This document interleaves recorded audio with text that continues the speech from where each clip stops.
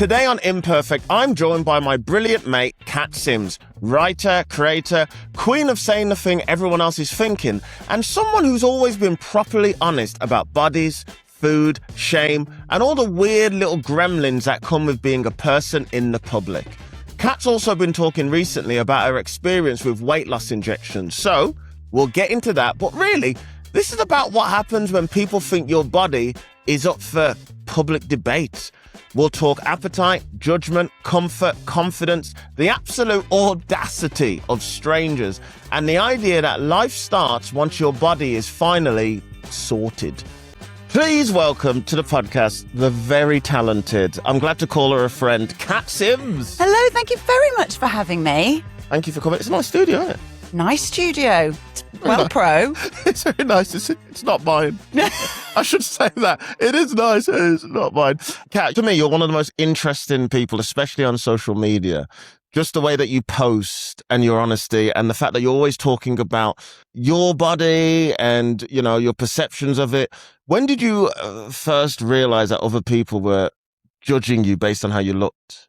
I mean, I think I was actually really young because I was a swimmer as a kid. And from about the age of 7 or 8, I was training 7 times a week. Wow. It was insane.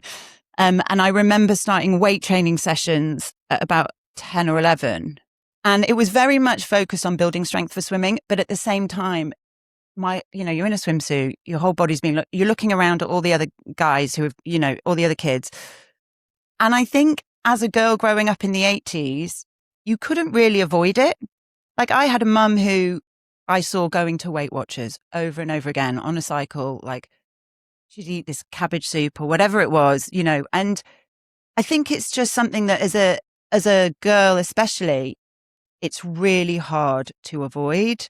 But I don't really remember a time where I wasn't self-conscious.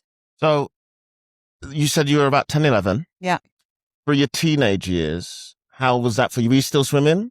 No, I gave up swimming because I'd been in the pool so long. I was 12 years old before I'd seen Home and Away and Neighbours. And I was like, it's my time to see Home and Away and Neighbours. Yeah. So I gave up swimming. And also it's a really lonely sport. But as a teenager, I was at boarding school, all girls boarding school. So that was a ripe breeding ground for any kind of self-consciousness around your body. And of course it was, I remember having real problems about my legs. Like I remember I was a netballer and we'd wear these slouch socks because it was the 80s. And I just remember always thinking my legs looked like tree trunks. And I always had a problem with my upper arms. And I remember saying to my mum, like I was a swimmer, I should not have had but I was like, my upper arms always feel so fat. And she was like, don't worry, you got it from me. My arms are always fat too. And, it wasn't, your arms aren't fat, darling. Yeah. It was like, yeah, that's just what it is. You've got fat arms. It is crazy, isn't it? Because your mum was just trying to be nice. Just totally. trying to be comforted. There was nothing malicious in it at all. She was doing the best with the tools that she had. Like nobody was talking about having body confidence and that everybody was valid. It was always thin is better. And it's not my mum's fault. It's not women's fault in general. It is something that you pick up and it's insidious and it's been around forever. But yeah, it was from a very early age. You talk about growing up in the 80s but then the 90s. I remember sort of the late 90s, early 2000s, how it was thin if you're not like heroin thin. chic. Yeah, that was it. Yeah, that was it. Heroin Kate Moss. chic. That was it. Yeah. Oh my gosh, what's the Kate Moss quote? Nothing tastes as good as skinny feels. That's it. I remember that stuck in my head. Yeah. Whenever I was trying to lose weight, I would think about that exact quote, and it was just everywhere. And it was normalized. And as a man, you often felt like you couldn't talk about weight at all. Whereas as women, it was all we talked about. Yeah. It's been a really long journey getting to a point of acceptance with my body. And then of course something changes because, we get pregnant and then you have to deal with a different body after that. And then you hit the menopause and you have to deal with a different body after that. And so it's a constant battle. How do you feel now about your body? The reason I ask that is because I don't know anybody like you on social media who does what you do. I know. There are people who suggest I could have more boundaries, for sure. It has been mentioned. One of my favorite things to do is to just wake up.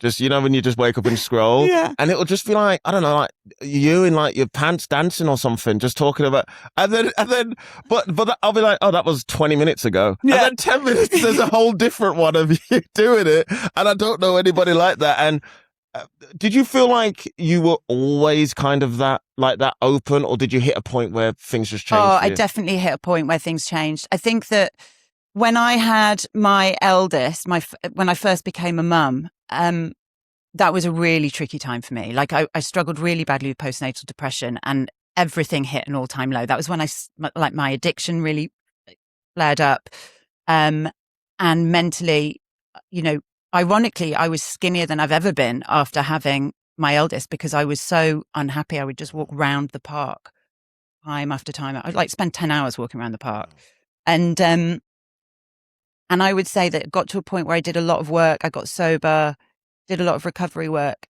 And I just realized that the honesty I'd been using to talk about motherhood needed to also be applied to womanhood in general. And a large part of that is our confidence around how we look. And that's not just weight, that's aging, that's all sorts of things.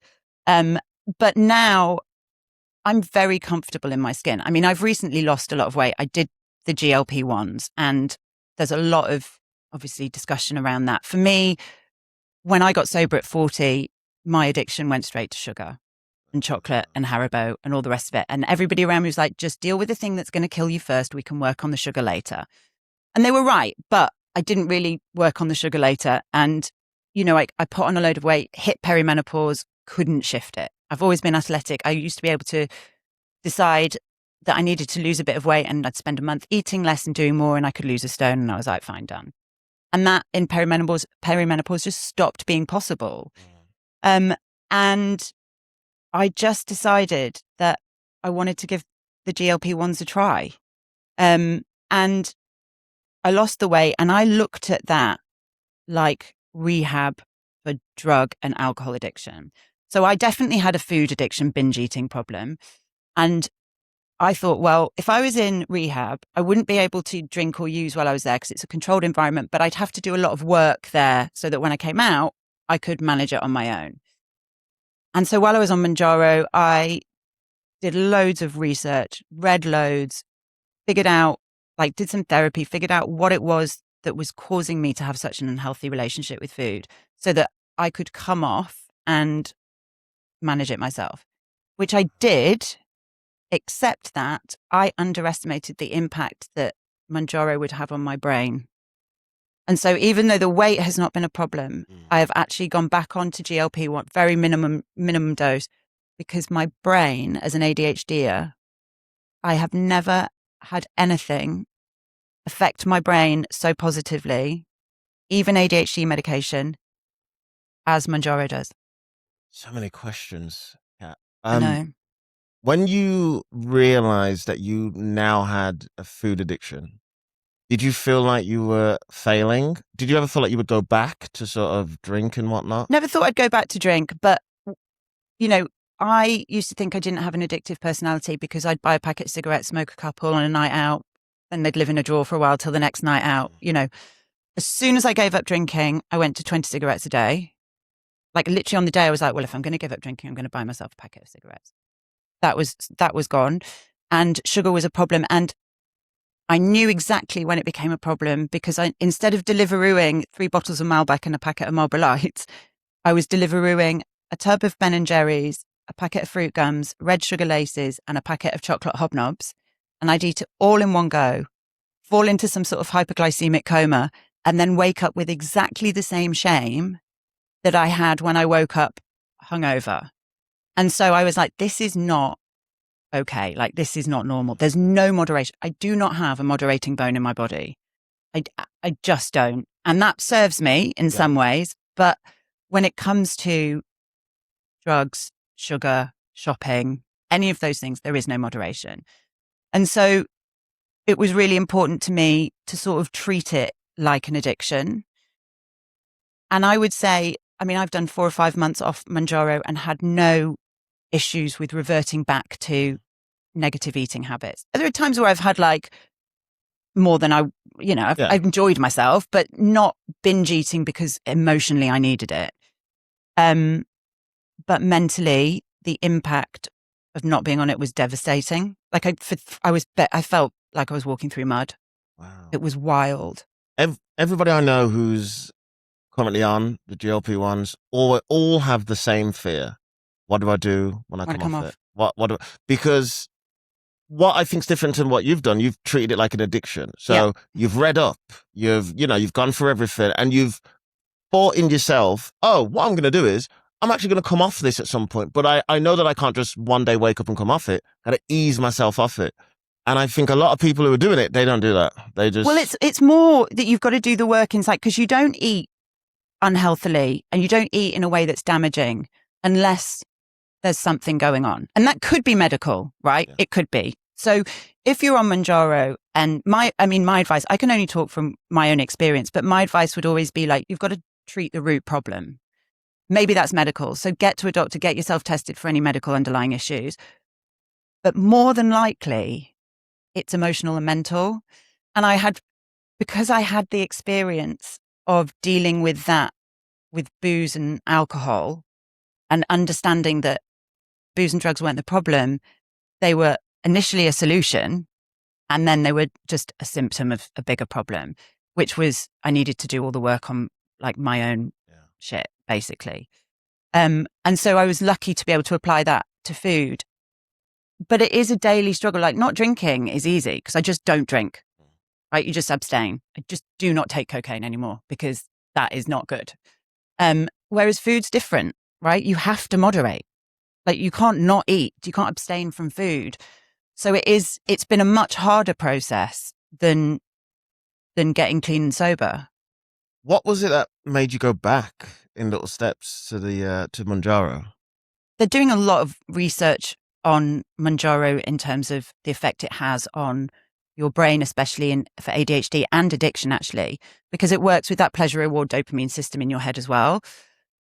And so I just realized that, because I was on them for about a year and I came off, and Can I ask, how much weight do you think you lost in that year? 3.5 stone. 3.5 stone, wow. Okay, so that's a big difference. Yeah, huge difference. Yeah. And, and the Mounjaro just somehow, I think, does for me what ADHD medication should do for me. And that it does a bit, but the Mounjaro is so effective.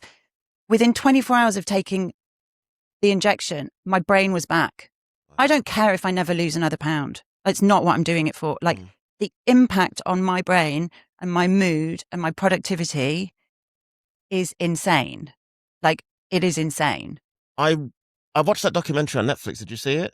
About the GLP-1s, and they said when it comes to addiction, there's nothing like it. It changes everything.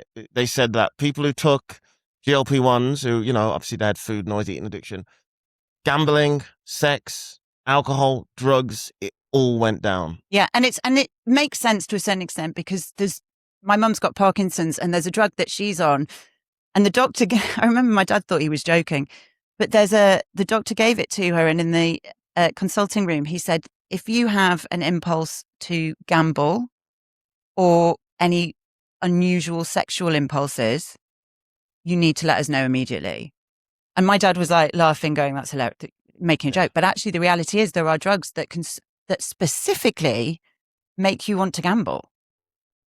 And so when you think about that, of course, it makes sense that there'd be other drugs that potentially work in the other direction. I'm not a doctor. I have absolutely no idea. I've read a little bit of research, and I'm not suggesting, just a disclaimer, I'm not suggesting everybody should go to the doctor and ask for, GLP-1s for their ADHD. But for me, that has been such an impact that it was a no-brainer for me to go back on it. But yeah, it's, I think that there's a lot of noise around the GLP-1s. I think there's a lot of women who feel too ashamed to talk about being on them. I think there's a lot of women who are too quick to give their opinion of other women being on them. Yes. And I think the reality is, any women who grew up in the 80s and 90s, I don't think we're curable. I just don't think we are. Like, I think it is very like addiction in that sense. Like, the damage that was done in the 80s and 90s is always going to be, you can't just delete that. Tough to delete. It's And tough. so, if you're giving grief to women who are on GLP-1s or who are struggling and want to lose weight, it's you're blaming. We're a victim of a patriarchal system that really screwed us over. And so I think that we need to recognize that these drugs are actually really helping somebody. I always say this and people go, yeah, whatever. I would say losing weight was like 75% of why I wanted to go on it. Yeah. The other 25% was my body was feeling tired and old, and my knees hurt when I got up, and I'd wake up in the morning and my, tendonitis in my ankles was really bad. And I didn't feel like myself. I didn't feel healthy. And as somebody who'd always been athletic and healthy, I somehow couldn't get that back. And so for me, it was just, I wanted to feel better. I wanted to feel like me. I'd always been slim. I suddenly wasn't slim. I couldn't get back to being slim. So for me, it was just a tool to help me. But I did the gym. I did the research. I did the work. I did the therapy. And and I'm doing my best now. I've never heard anybody describe it in the way that you have, because when people talk about it, it's just a weight loss thing. Wonder drug. Yeah, wonder drug, gonna lose weight. That's how it is. But the way that you talk about how it helped you with the ADHD, and it just made you feel, I think you said it made you feel like you were you again. Yeah. Just mentally and inside yourself. I think that's something that you don't hear. No. At all. It's just pushed as this. There are lots of people talking about the other sort of effects of GLP-1s, and they are starting to understand that it's actually a very, very, an incredible, powerful, effective drug for lots of things. Mm. But as with everything, it's only registered to be used for one purpose. So everything else is off label. And so there's lots of research going into it. So there'll be people who can only suggest it anecdotally, right? Because at the moment, the research isn't there. But I would expect that in the next few years, you will see an application of GLP-1s to various other things as well. Did you ever think about not talking about it publicly? No. But no way I could have got away with that. Are you joking? Just take a couple of pictures of you in the gym every now and again doing that. I swear to God. Well, no, because the thing is, I was like, you've just, like, at the beginning, you're like, you're so honest. I was like, okay, this is a problem. Because as soon as I lose a pound, somebody will go, how did you do it? Yeah. And I couldn't just say to them, I just ate less and did more. So I was like, I'm going to have to get ahead of this. And so I just said it outright. I said, I'm giving this a go. And the reality was, I didn't get any negative backlash. I was shocked. I thought it would be overwhelmingly negative. I had loads of people go, you're not fat enough. Yeah. Which was always great. And I absolutely was. My BMI was 30. And, it was just, I had to be honest about it. I had to fess up straight away. That is one thing I will say, though, about social media. There's still a lot of liars out there, of course, people who are still lying. But I get why they lie. Completely. And, I was just slightly off topic. The hair transplants, hair transplants, it's huge. But there's so much more honesty now with that. And I know a few male comedians who are on the GLP-1s, and they're very open, and it changed my life. Yeah. I love it. And I think to myself, wow. Never have spoken about that. Yeah. And I think that's great. And I think in general, that's what social media has done. Of course, it comes with its downsides, but it has given people this kind of democratic space to say whatever they like, really, but to be honest. Because, doctors, politicians, people who talk about these things on television always have to stick within certain boundaries, certain remits. Whereas I can just go on and say exactly what I like. And that has got me into trouble. But I also think, I know that it really helps a lot of women. I'm talking about my prolapse at the moment. I mean, honestly, I'm a bit like, really? Your bowel's falling out of your vagina and that's your topic of conversation. But everybody is so great. Like, I'm so pleased you're talking about this. So many women are dealing with that. If you've hoofed a human out of your love tunnel, chances are you're going to have a prolapse at some point. You should write poetry. I know. It's very poetic. You should, you're going to have one. And so I'm not into being embarrassed about this stuff.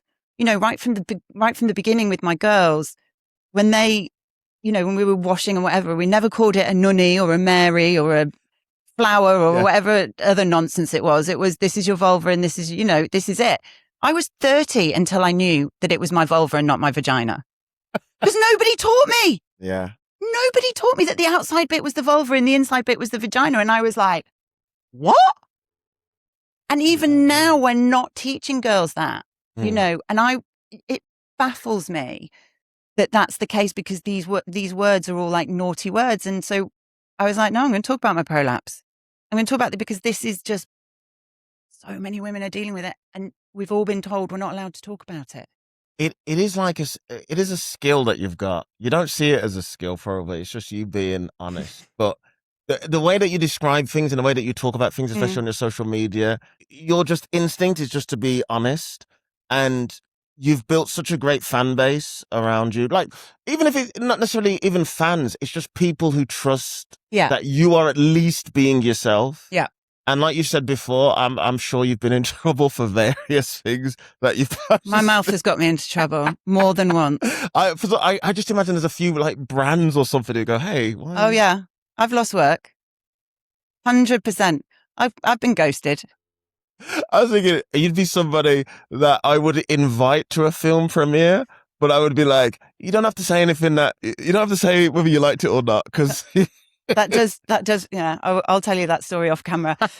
I just think that the key, like, you've got to be relatable to your audience. And my audience are very normal, average, general women who are dealing with the same shit that I'm dealing with. And there is part of me that wishes I'd sort of got into the lane of like aspirational luxury content, because the freebies and the gifts and the trips on that look bloody amazing. Bad. That's great. But the reality is that's not who I am. And I suppose it comes through my recovery as well. Like, I know the power of sharing stories, and sharing your story and sharing your worst stories, your war stories. And in my experience, when I've done that, that hasn't been met with criticism or shock or judgment. It's been met with like nodding heads and understanding. And me too. Like, I really believe that a lot of women suffer in this silence of the idea that they're the only one who's dealing with something, or they're the only one who thinks something.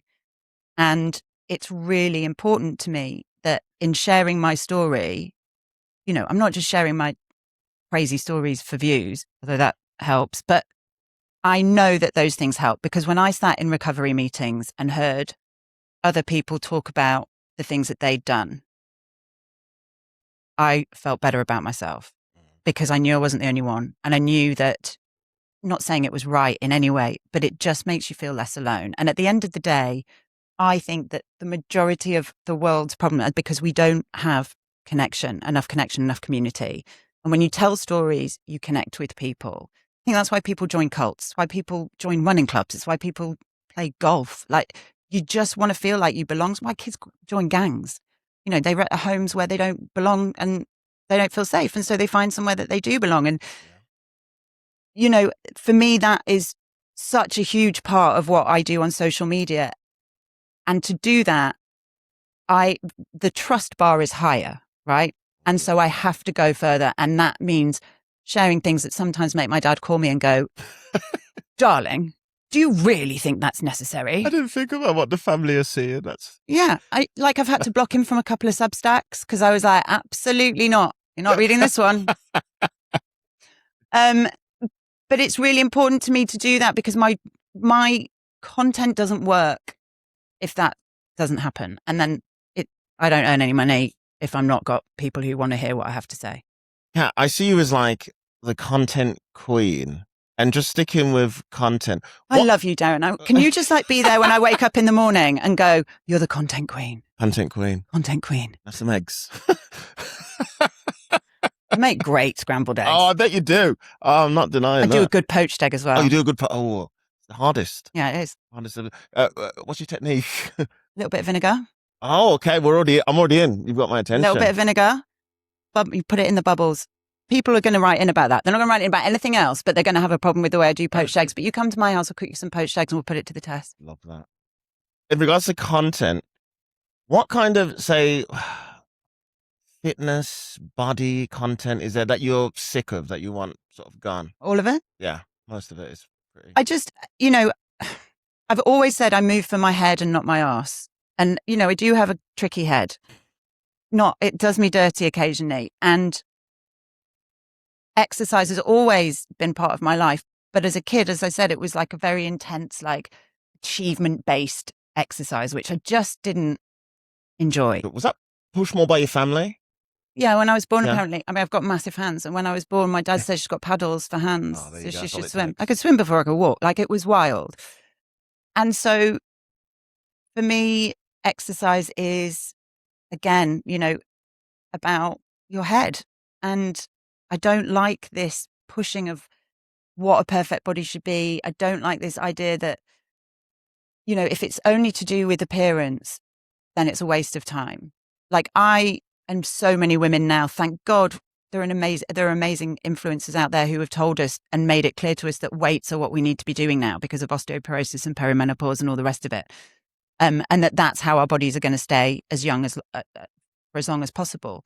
Because the reality is, I've got kids who are going to live a lot longer than I am. I want to be able to be there with my grandkids. I want to be able to throw them around and, have fun with them. I won't be able to do that unless I look after myself now. So there are certain things, but that is fitness for longevity, right? Fitness for mental health, great. Fitness for longevity, great. Fitness for health, great. Fitness just so that you can look like something. And that's when you're starting to do anything to extremes. If you're trying to look a certain way and you're taking steroids or you're doing whatever it is, or you're restricting and all of this stuff, that isn't healthy. No, I've followed sort of bodybuilding for many years, and it is interesting because all the guys who are, restricting or they eat this much calories and steroids, they all say it's not healthy. Well, They say, don't do it, don't do any it. top athlete of any kind Good point, yeah. has to push their body to such an extent that they will go into old age with problems. And that's fine. Like, I get it. If you're the world's best at something, you go for it and you do it. But I don't think there is a sprinter, a long distance runner, tennis player. Like, I was looking at Djokovic playing, he was stretching, like, he's 39 and he could barely finish 4 sets. So I don't think any kind of extreme exercise is good for you. I've always thought running is the worst thing you can do. Like, yeah, it's really bad for your knees. Really bad for your knees. Nice walk. Just a nice walk. I love a walk.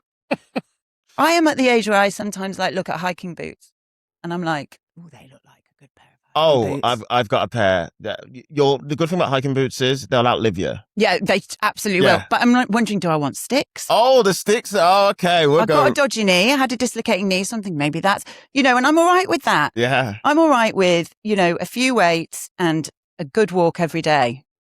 Now, what do you talk about the extremes, especially fitness.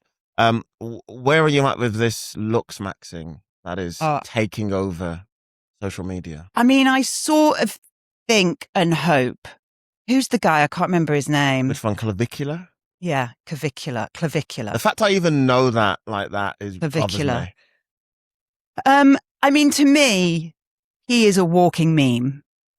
Like, he is so ridiculous that I have to hope that there aren't that many people. I mean, that I just don't know. I mean, I'm probably being naive. I think it comes back to this idea of community and connection. I think these people just need somewhere to belong. And people like Clavicular give them something to belong to. They catch them early, they catch them young. I think that's what Andrew Tate's doing. All of these people, they've recognized that especially our young men are so vulnerable right now. When I had kids, I was never gutted. I had girls, but the worry was teenage girls. Yeah. Like that whole thing of bringing up teenage girls, I just thought it's going to be horrendous because they're so vulnerable. Now it's the other way around.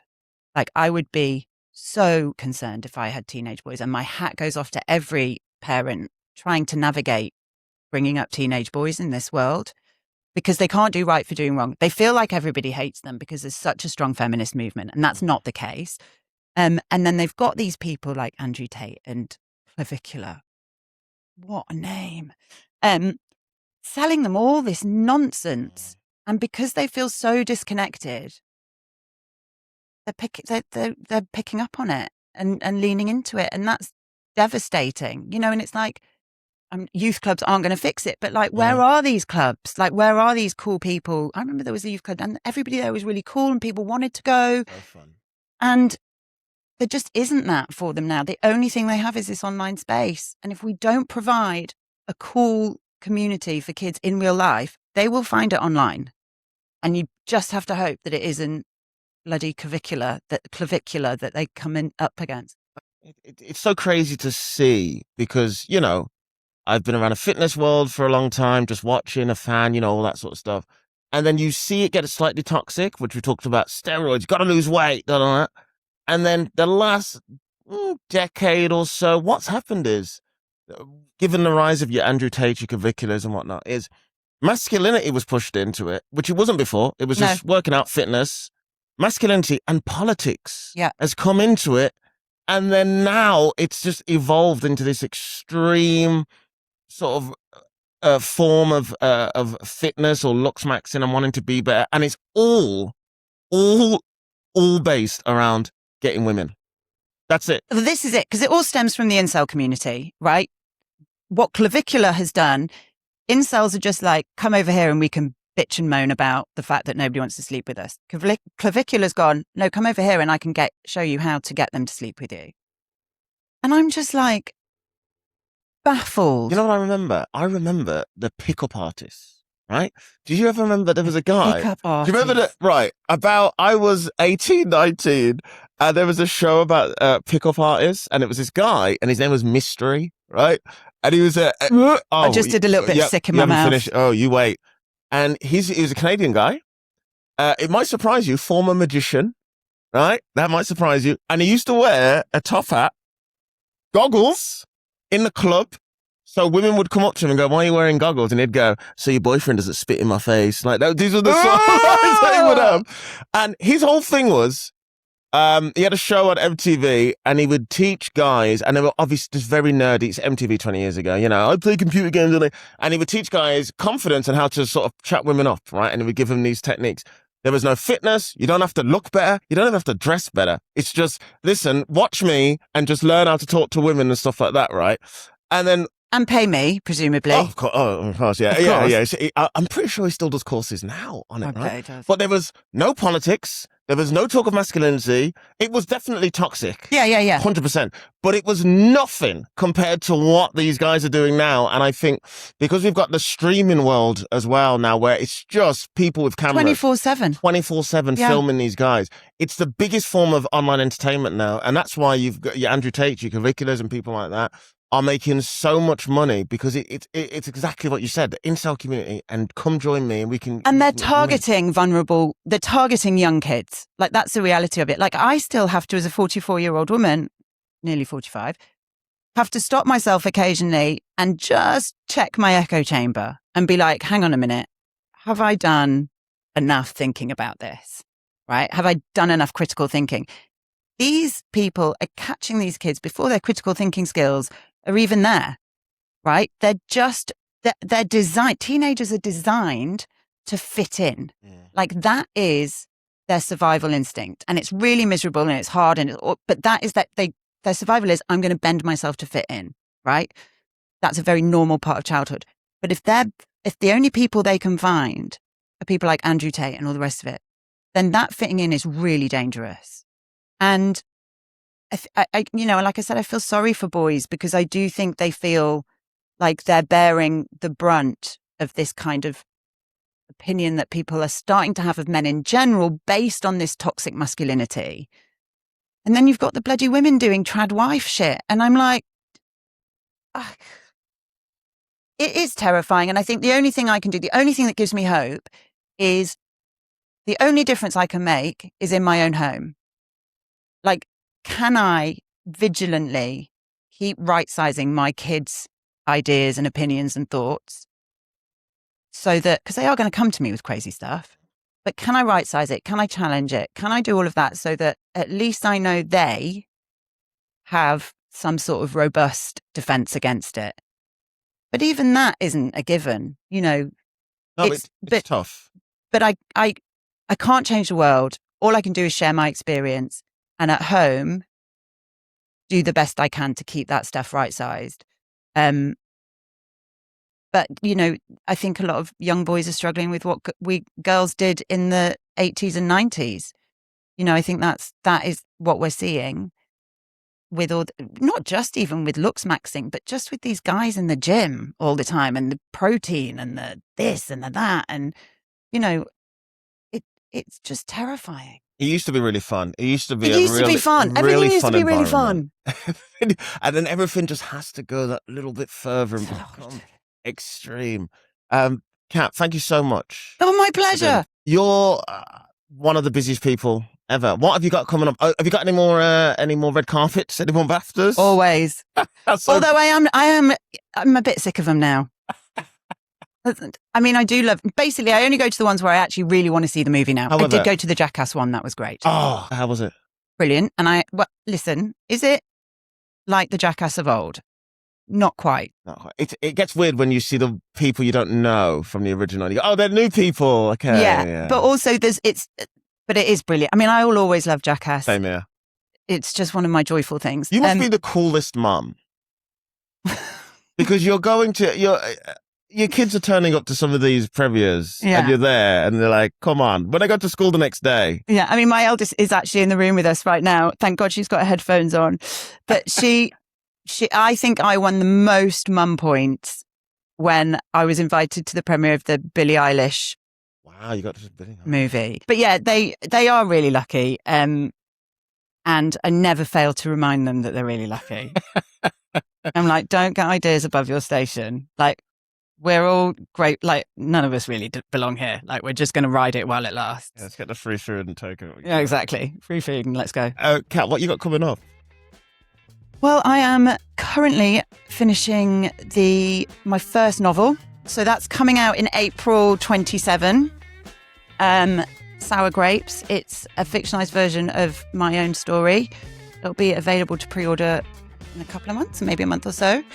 And other than that, you got to give her a follow. Give her a follow. Not so smug now. You must do. If there's one thing to do, just give Kat a follow. She's great. You just don't know. You're like Rebels. Never know what you're going to get. You're like the Instagram version of Rebels. Like, you just don't know. It's true. You don't know what you're going to get. People keep telling me I need to be niche. I'm like, I've never done niche in my life. Never done niche. Kat, thank you so much. Thank you so much.